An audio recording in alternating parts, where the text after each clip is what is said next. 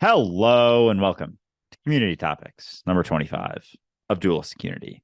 I am never what you think I am, no matter how sure you feel like you are about who I am or who anyone is for that matter. It's never, ever the reality of what they are. But in understanding that, you may actually see them a little bit more clearly.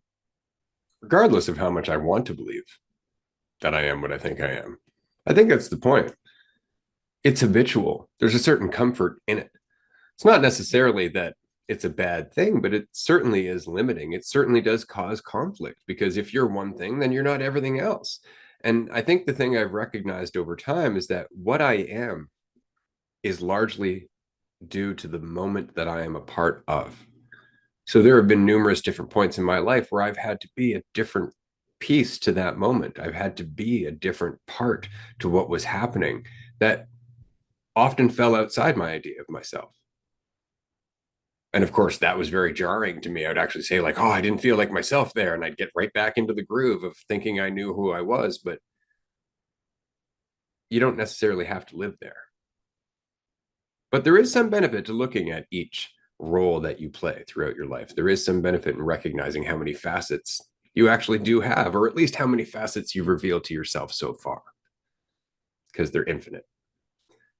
That all said, this week's community topic, singular, is personality tests. And the reason that we're doing that in the singular, the reason we're not taking on a secondary topic is because, frankly, this one's a big one. I'm very excited about this one. There's a lot in this one because it really does go back down to that core motivation or that core habitual intention of ours to classify ourselves.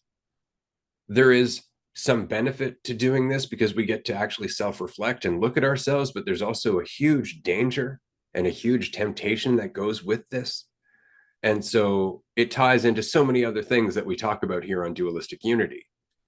It's going to be a great episode. I'm very excited. So, Andrew, your thoughts first, and then we'll actually get into the different results of our tests.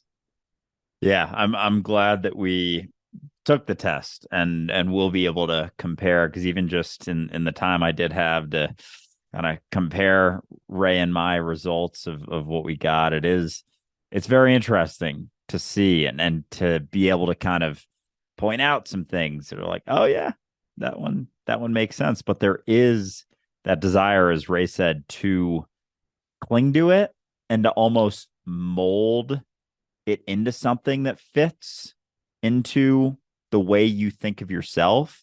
And so it's very important to keep that in mind, keep the idea of what our brain does, tries to find certainty in things. It's a habitual tool that is super useful in a lot of ways, but to be careful of it. And when we do start to get caught up in trying to define ourselves, just to understand that you're undefinable, as similar to the idea of yourself as you have to the personality trait response or results that you get from taking one of these.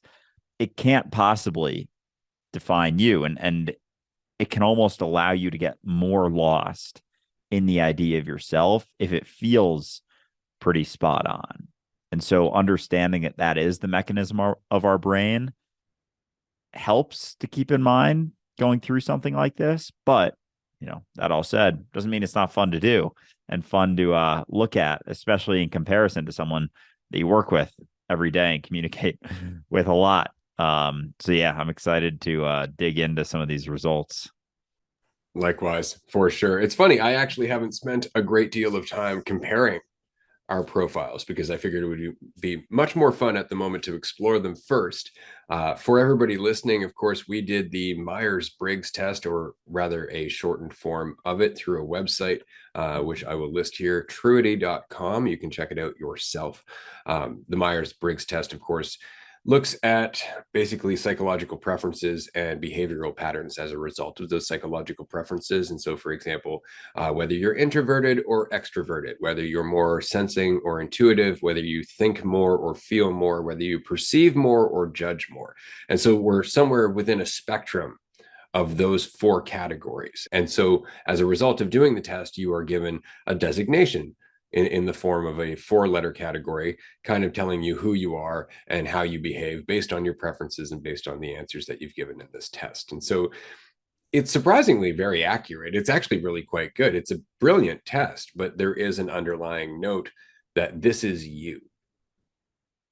And I think that that really is the only significant danger, because I want to say and preface this entire episode by mentioning that I've done this test before a few times at different points in my life.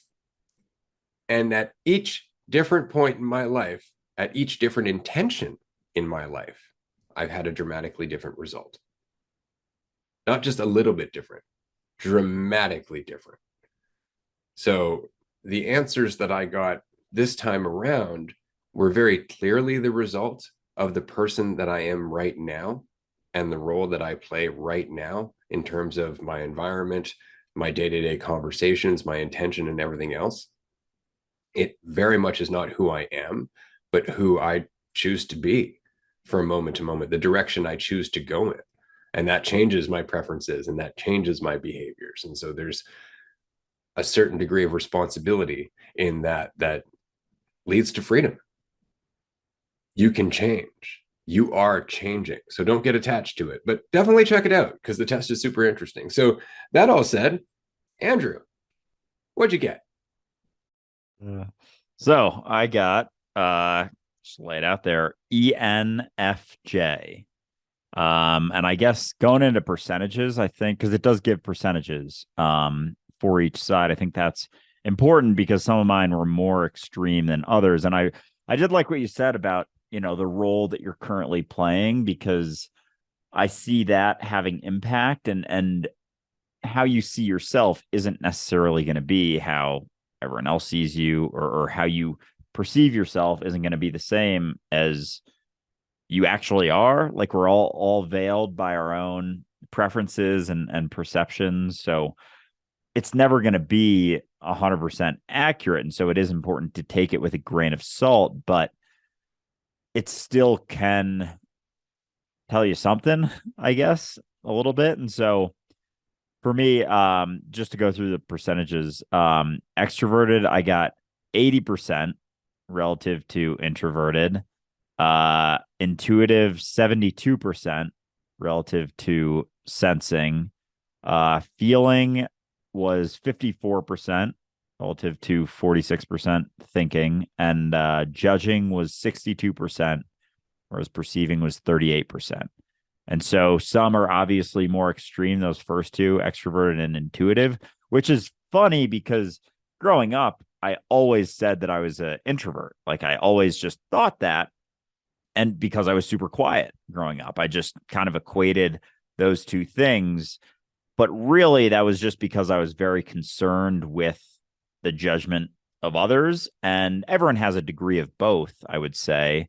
But I think now, in more of a willingness to put myself out there, less of a concern with others, like I do embody more extroverted characteristics. And I think part of me always saw being introverted as something I didn't like about myself. And so that probably, just being honest, plays a role in the way that I take this test. Like, I want to see myself as more extroverted because I had that idea of myself back then that realistically I didn't like myself as much when I characterized myself as that. And so again, it all plays a part in the results that you get. But I found that very interesting. And so I'll pass it to Ray because we were, similar on some, but not on others. And I'm very curious about your percentages as well. Yeah, I think that was the most surprising thing for me was the percentages, honestly, because we're not very different in terms of the intuitive versus sensing. I was 74% intuitive.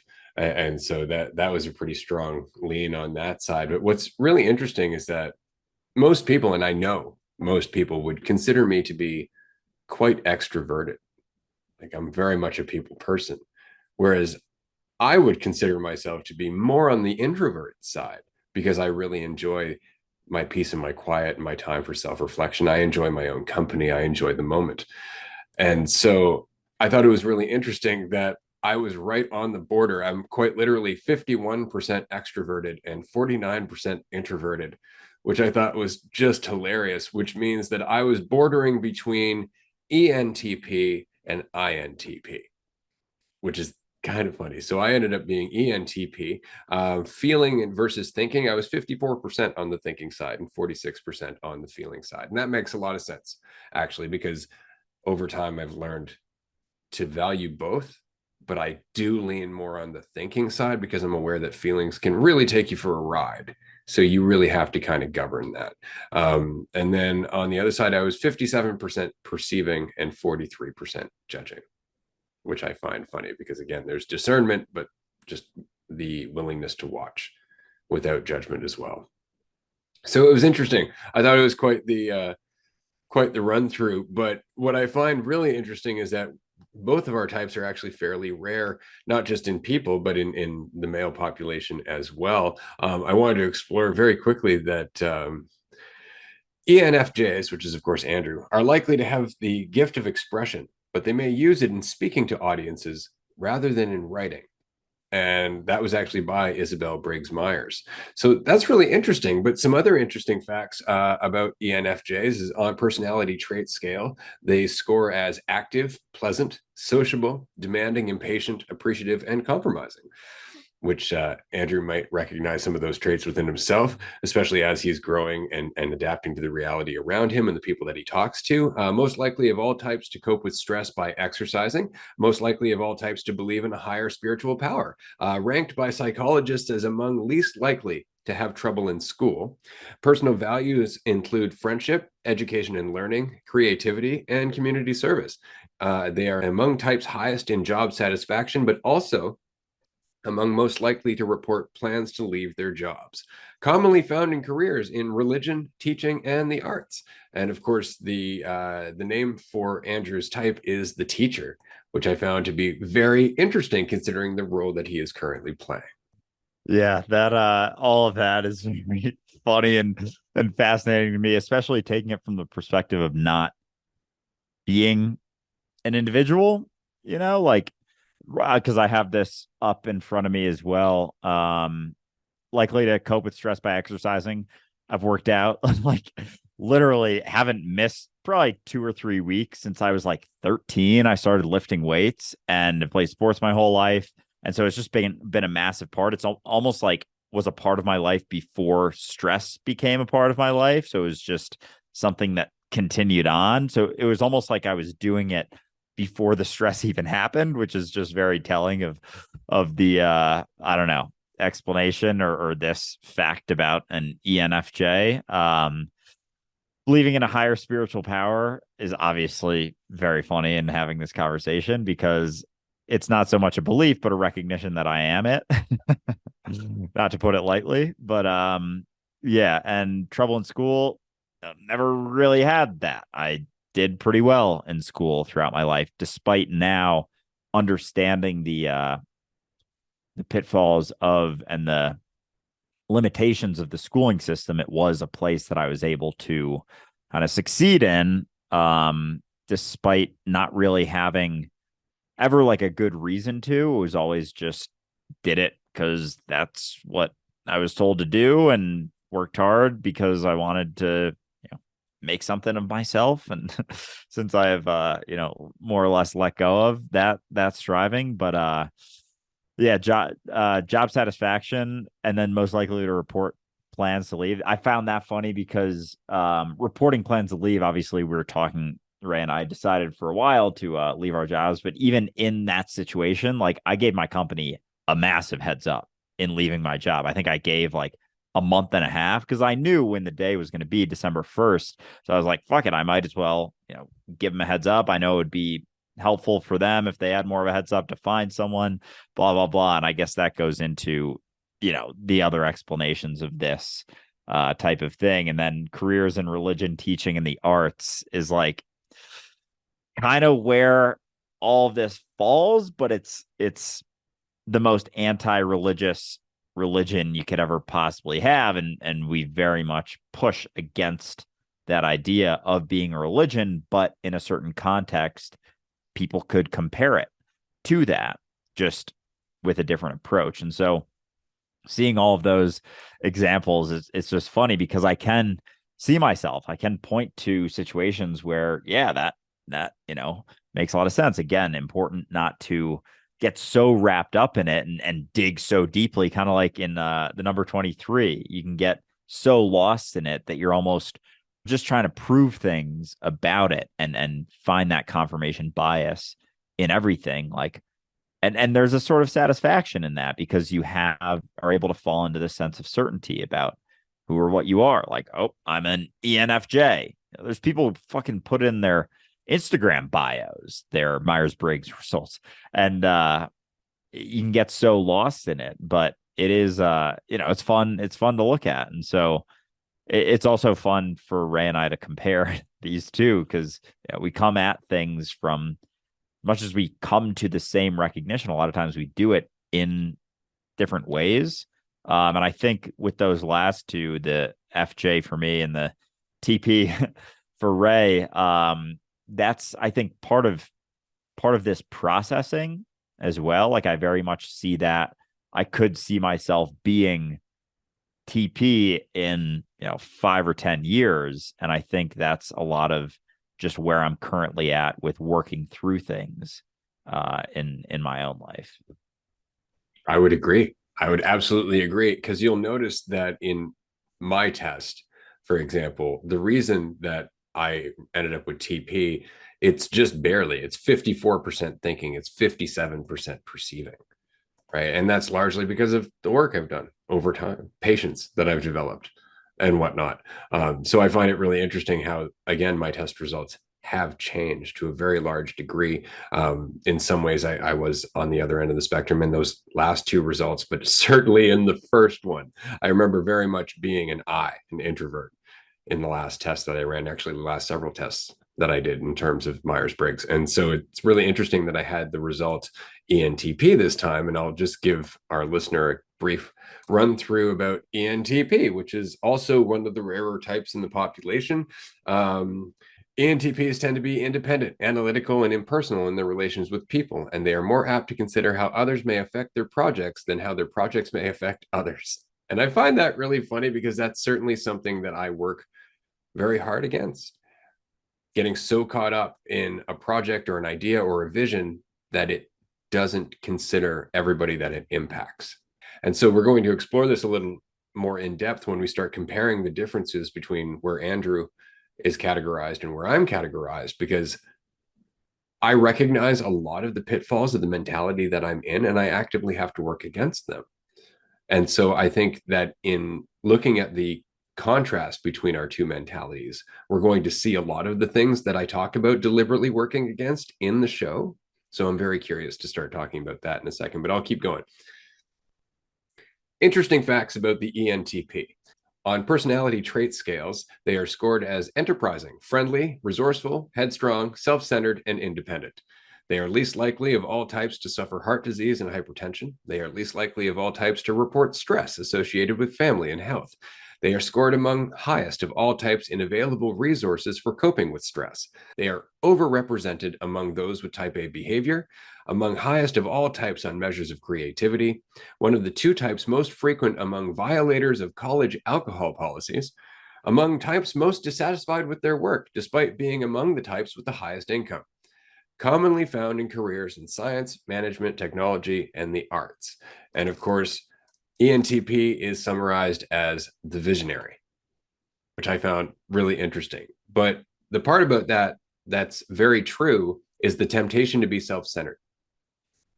Because in being intelligent, in being able to succeed in certain environments or under certain challenges, you start to have that temptation and think of yourself as more valuable. And that is very much one of the things that I work against constantly, is the idea that any of it means anything about me whatsoever, including ENTP. Yeah, I found all of that very interesting. It's funny to hear the descriptions and how we can see, examples of it in our interactions almost, and coming at it from that point of view. In myself, a lot of the ENFJ talks about, being empathetic and having concern for others. And it's funny how that's evolved for myself. Like I can very much, I can't so much speak for Ray's experience before I met him, but in myself, it's almost like we had like natural tendencies that we've both worked through and still come up in certain situations, but we've both been able to utilize them in different ways. Like for me, concern for others used to be very much pinned on myself, like my concern for how other people perceive Andrew. And so as I have let go of that more and more, and even starting, 5, 6 years ago when I stopped being so concerned with other people and realized that, oh, maybe they're not thinking about me as much as I think that they're thinking about me. It's been able to mold or morph into doing all my social media stuff. And it's still being very involved in concern for others, but in more of an empathetic way as opposed to an egotistical, like self-centered way. Like my egotism for a long time was rooted in fear of judgment and concern wrapped up in the idea of myself. And since letting go of that, it's still there, concern for others, but it's on more of a, quote unquote external point of view. And so it's interesting too with some of the descriptions of Ray's side of things, how that there's still things that are there, but as you become aware of them, you're able to almost use them in a beneficial way. Like it's like always, we always had a tool, and over time you learn how to use it. At first, it was like using you, and then as you use it, it changes everything about it. And yeah, we'll keep getting into this, but there's a lot of things between these two personality types that kind of complement each other. That if we were both more like each other in certain ways, like it probably wouldn't work nearly as well, which is very funny. Agreed. That's why dualistic unity tends to work so well. You tend to focus very much on the empathetic side, and I tend to lean a little bit more towards the problem solving side. And because of that, we have a balance. So it's not just about coming up with a great strategy, but how is it applicable? And I'd like to say for myself that that's been a huge part of my own journey as a whole, has been playing my own devil's advocate, actually, creating an Andrew, as it were, in my head long before Andrew ever came along to play devil's advocate, to remind me like people, right? People, remember people. And so over time, I've worked my way more towards that. And I find it super interesting as well, because so at one point, I was very much an introvert. I think I was like an ISFJ or something like that. And the point is that I was so involved with myself. I was super involved with how I felt, super involved with how my relationship with the world, how things should be, things like that. It was way more on the sensitive side than on the side of fortitude, I guess you would say. More affects you on that side because frankly, you're more sensitive, and you're more sensitive because you're cut off from reality. You're kind of self-involved and thinking about yourself to a large degree. And that's probably the problem with being too much of an introvert. So I love the fact that I was 51% introvert or 51% extrovert and 49% introvert this time around, because that could easily switch based on the day and how I feel in that day. I find that amazing because that really is the difference. How seriously do you take yourself? And that changes the rest of what you experience. Right. But yeah, I will say that the polarity between your behavior and mine works as a good catalyst for conversation, because we have the same intention to grow, but we're tackling it from two different perspectives. Some of that is based on time, some of that is based on how we grew up, some of that is based on our own preferences and behaviors. Right. But it's a good partnership for sure. And now we should probably take a look at how they mix. So I thought this was really interesting. So this is off a different website, personalityatwork.co, just to give them a brief shout out.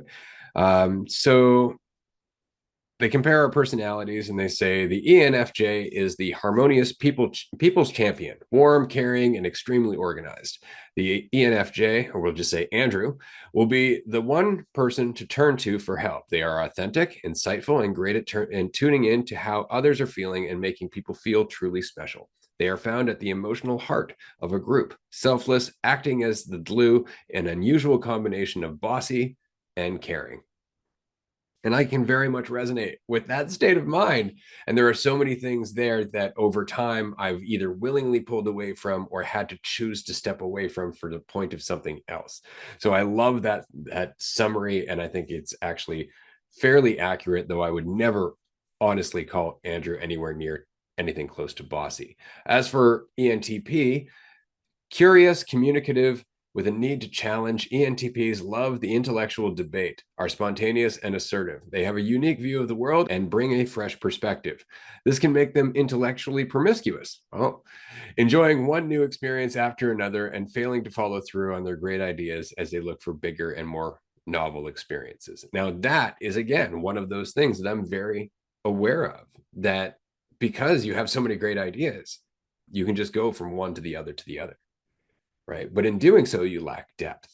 And that's that understanding of the moment as well. The benefit of just sitting still is recognizing how much is there in that, in just the experience of settling into the thing you're doing now. So that's another thing that's very much helped me govern the mentality I'm in. But I find that very interesting that it's in there. Yeah, it's definitely interesting. And I can tell with certain things that you have an understanding of the I don't know, it's almost like quote unquote natural tendencies, but not really. But you're aware of them, and so therefore you can use them in a way that's even more beneficial. It's like you can take it for what it is and, like, I don't know, like harness the energy that comes from that and like kind of shift the direction of it, because you do come up with a lot of awesome ideas. Like a lot of the stuff that we do now, that all the ways that Dualistic Unity has expanded has come from just thoughts that Ray has had about certain things. And I'm like kind of just along for the ride. Like, oh, you want to do that? Yeah, let's fucking do it. Let's fucking go. Roll with it. And but at the same time, like there is a following through that I can tell is, it's not that it doesn't come more naturally, but you can tell it's like the natural tendency is all of the ideas, and it's like you're aware of it so you can temper it and bring it back to like reality, and you almost check yourself sometimes, which is always funny, whereas that's not really where my mind goes. I've never been like, not that it's not an outside the box thinking. I absolutely think of certain things in that way, but it's almost like that's something that I work on, that I understand that maybe it's not my natural tendency to be like a higher level thinker, like outside the box naturally. And yet I'm able to get there through a willingness to,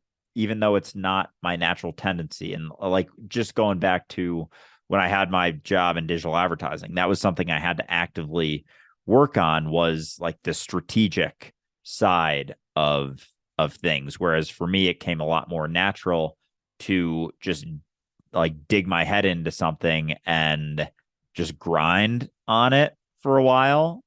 And so finding that balance has been, very helpful, because it's more comfortable for me to follow a structure. And since I think understanding that there isn't so much of a structure to reality as much as I used to think there was, it's forced my mind to open up a little bit more and has unlocked certain things that I wouldn't have recognized if I wasn't aware of that tendency to just get caught up in the weeds of things. Like I have to, it's not that I actively take steps forward to dig into the weeds, it's that I have to actively take steps back in order to pull myself out of the weeds and ask, like, all right, so I'm doing this right now, but why am I doing this? Like that's something that I very much had to do at my last job, and just am constantly kind of reminding myself of, because I can get very lost in just the what's happening in the moment as opposed to why it's happening, which isn't a good or a bad thing. It's just a tendency that I have. Whereas I would have the temptation to always be thinking, like, we can do this better, which is why I'm the least likely to be happy with their job, regardless of how well I get paid. It's because I always think to myself, yeah, but we could do more with this. We could do this better. Right. And that's that temptation to be impatient with others who don't necessarily see that vision. Right. But I would like to posit that you are going to change over time based on the fact that you keep letting go. Like the reason that I'm such an ideas person, because I wasn't at one point, I wasn't always like this. It's because I keep jumping in. And every time I jump in without having that preparation, because I used to prefer preparation. I used to be one of those people who would prepare for weeks for something. So I get it. But the more you jump in and just let it go, the more I think you start switching in terms of that perceiving side rather than judging side. You're not looking at it quite so much as how's it going to go? Is it going to weigh this way? Is it going to weigh that way? What's going to be the end result? You're more or less just willing to throw yourself in and witness that. And that's why I find it funny that that perceiving end for me is, at 57% or whatnot, because at one point it was way on the other side. Everything was something to be afraid of. Everything was something to be afraid of. And just for shits and giggles, I actually went and looked up ISFJ. And I find this to be so very interesting because this was very much my mentality, probably around the late teens to around 20 years old. On personality trait measures, I would have scored as conservative, conventional, guarded, and reserved. And that's very true. I was still defining myself by a lot of different things, including the military background of my family, Roman Catholicism, and whatnot. There was a large intention to define myself, to protect myself, to find where I fit in the world. I was among the types most likely to believe in a higher spiritual power. I believed in God, I just hated it. Most likely than average to experience chronic pain. I was constantly complaining. I had rampant health issues at the time. Among types most likely to suffer heart disease. This is when I was going through crippling anxiety to the point where I actually had to go to a doctor because of complications with my heart. Second most common type among education majors in college, more likely than others to watch more than 3 hours of television per day. I used to work at Blockbuster Video in my teens. I would watch movies as often as I could when I wasn't out drinking or getting high. Personal values include happy family, health, and spirituality. And for me, that was a huge thing because I didn't have any of those things, or rather, I always had the toxic side of it. So I couldn't stop fixating on it. Among the three types with the lowest income, commonly found in education, healthcare, and religious occupations. And so I find it very interesting that that was my life to a very large degree at some point, and it was just because of my perception of myself and my place in the world. It changed everything I did. It changed everything I looked at, and it changed how I reacted to everything I looked at. And of course it did. So this test and tests like it are really just indicating your current perception of yourself. They're not indicating that it's you, just the you that you've gotten attached to through habit and comfort. And that's the danger, is walking away from this going, that's me. It doesn't have to be. You can look at each and every one of those things that they're talking about in your category. You can look at all of the pros and the cons. You can look at the things you're working with and the things you're working against and actively work with that as just a basis for some insight and self-reflection. You don't have to take it as set in stone.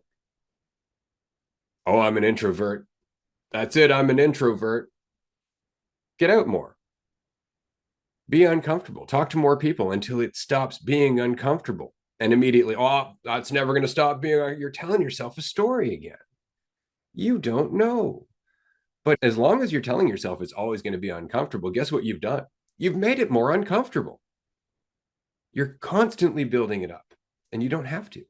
You can have the audacity to challenge it. You can look at who you think you are and all the behaviors that society has recognized go with your current view of yourself, and then totally turn it on its ass and do something totally different. You have that freedom. You have that power. These are just meant to be tools like anything else. Yeah, and they are fun to look at, but yeah, I think that's very much the main pitfall of these, is that people They see how it is reflective of their life, how they perceive themselves, how maybe they think other people perceive themselves. And because there's always that draw to settle on false certainty, we settle on it. And then we use it to define ourselves. And then it just reinforces that behavior as we go. It's like those, the paths in the snow sledding down the hill as we are going down certain ways. And then we come across a test like this, just deepens those paths as opposed to understanding that we don't have to dig deeper. Like it's okay to not fit in to something perfectly exactly. Just because you're said to be an introvert doesn't mean you can't go out and be extroverted, try and meet new people. But as we cling to it, as we think like, oh, this is what I am, I'm an introvert, so I'm not going to go out anymore. It's like, no, that's not what it means at all. It's something that can be molded and changed, and not even molded or changed, because that makes it sound like you're going from one certainty to another. It's just something you don't have to settle upon. It's something that you can spit in the face of whenever the fuck you want. Like, you can go do the exact opposite of the thing that it says that you typically do, because there's probably something new to learn in that. Almost, that's funny, because it's like with these tests, it's a way for you to recognize where your tendencies lie and then actually use it as a way to change, to totally flip it on its head. I'm going to be an ISTP tomorrow as opposed to an ENFJ because I can. Because why the fuck not? Because I'm sitting in eternity right now and I have the opportunity to do anything with this experience right now. I don't have to settle upon this way of life that this test told me that I was.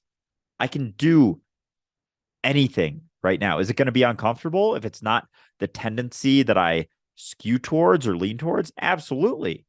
But discomfort is a great teacher for anyone. And yet we're just not willing to go there because we avoid discomfort at all costs. As soon as we come across something like this, we're like, all right, sweet. This is me for the rest of my life. And it doesn't have to be, because as you settle upon it, as you settle into a specific narrative, a specific label for yourself through a test like this, you hinder your own growth. And by exploring some of the other ends of the spectrum purposefully, despite the discomfort, it's a way that you can grow. It's a way that you can change and learn more about the reality of what you are, being reality, being everything, not just the limited idea that's defined by, four little letters. But you actually have to want to do it. It has to be willingly. And it's trickier than it sounds. And what I mean is, how many times in your life have you just randomly thought to yourself, I wonder if I can learn how to write with my opposite hand? And maybe played around with it for a little bit, maybe practiced a little bit, probably when you were younger in your teens or something like that.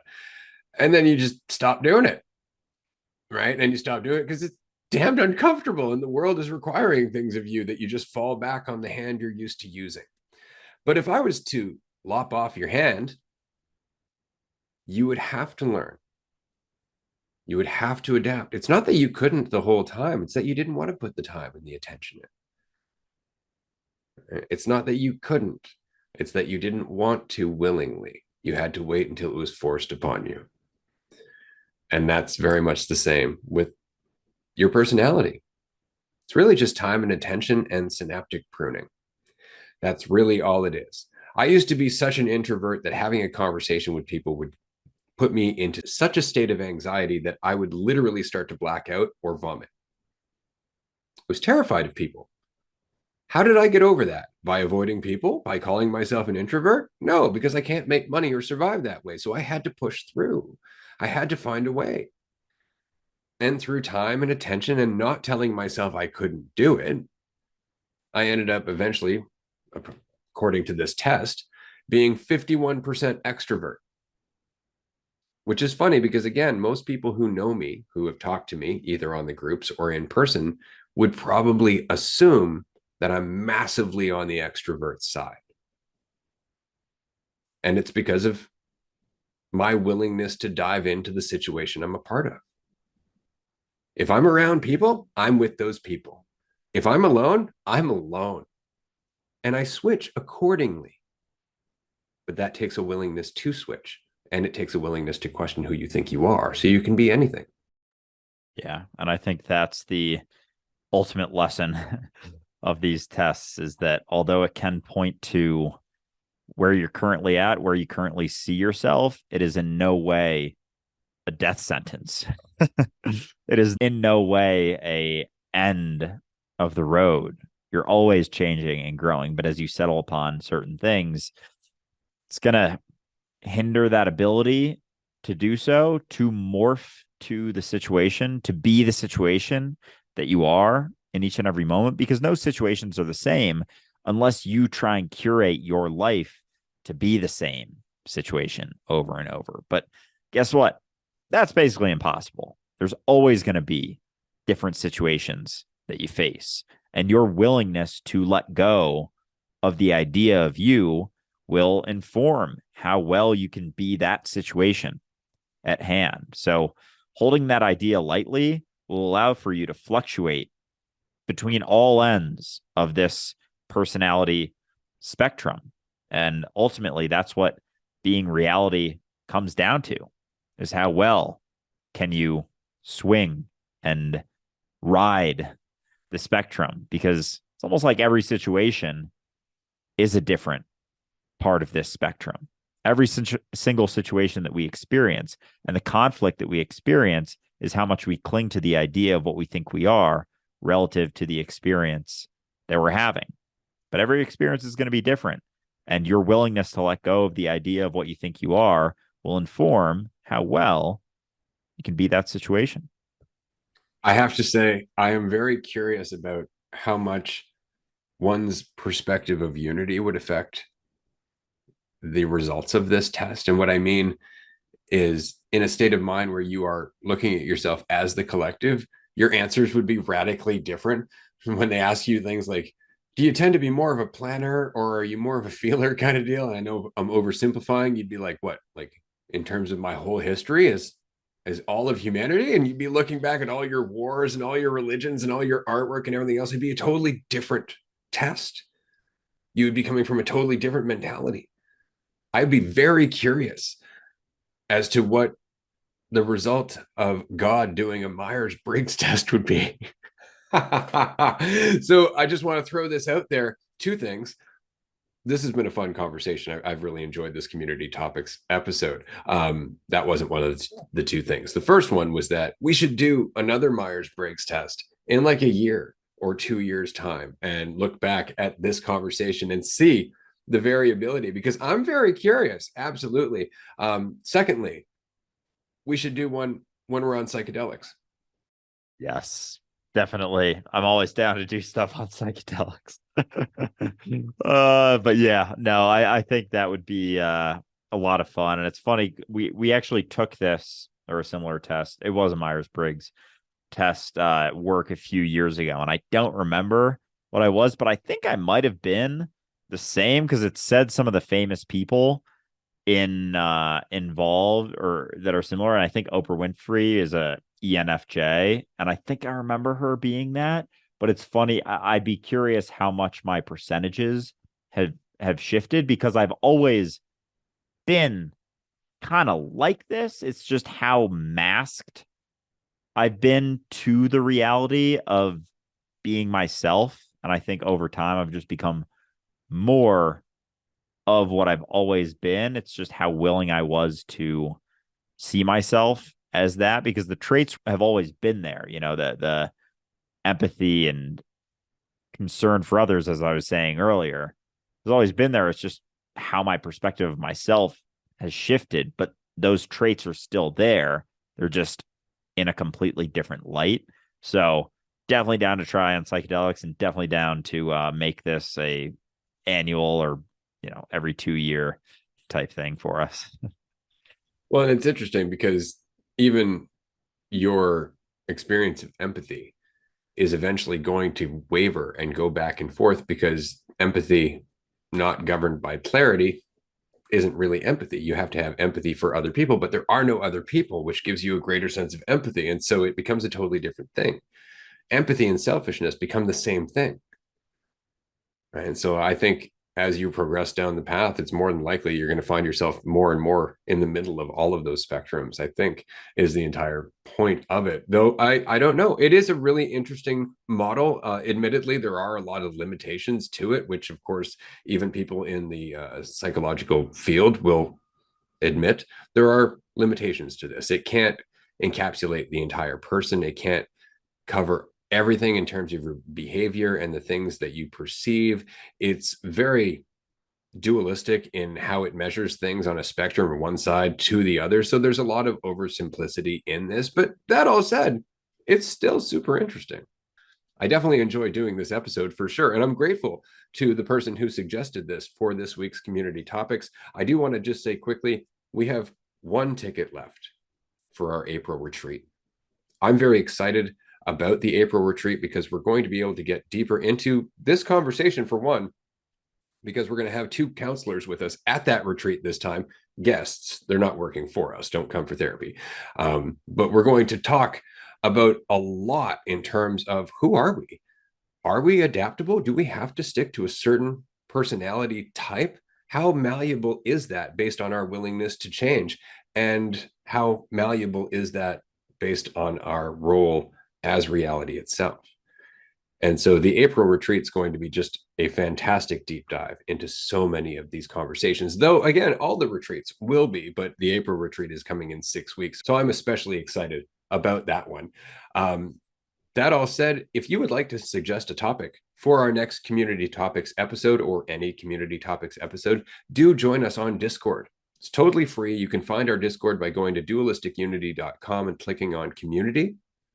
You can suggest a topic in the community topics channel, and then you can vote on the weekly topics on our Patreon page at patreon.com/dualisticunity. And there's so many perks to joining us on Patreon. I'm not even going to get into it. Otherwise, we're going to spend another 10 minutes on this episode. Yeah, it's funny even just going through this just real quick, just thinking about our roles at the retreat. I saw that as I kept thinking about the retreat as I was going through this, and how reflective of these types of personalities they are. Because as much as we're both hosts of it, we do play sort of different roles at it, and it was pretty in line with the descriptions for these personalities, which I found to be very funny. But if you want to see those in action or the lack of those in action, definitely check out the retreat. It's going to be a blast. And yeah, one ticket left. I'm excited for that one because as much as I'm very excited for the Netherlands in November, this is going to be a lot more intimate. There's going to be a lot more depth to it. So I'm excited for whoever gets that last ticket. But yeah, excited to hear about other people's perspectives on this whole idea of personality traits. And I'm sure some people listening will check that out after this episode, and it'll be fun to chat about them on Patreon in our upcoming groups. Yeah, definitely. If you do the test, let us know what you came up with in our next group. We would love to know, and we'd love to have more of this conversation. As you may have noticed, as we're way over time for what we normally do in a community topics episode. So we're going to end this here. Thank you so much for joining us. As always, we will see you next week. Take care. Bye, everyone.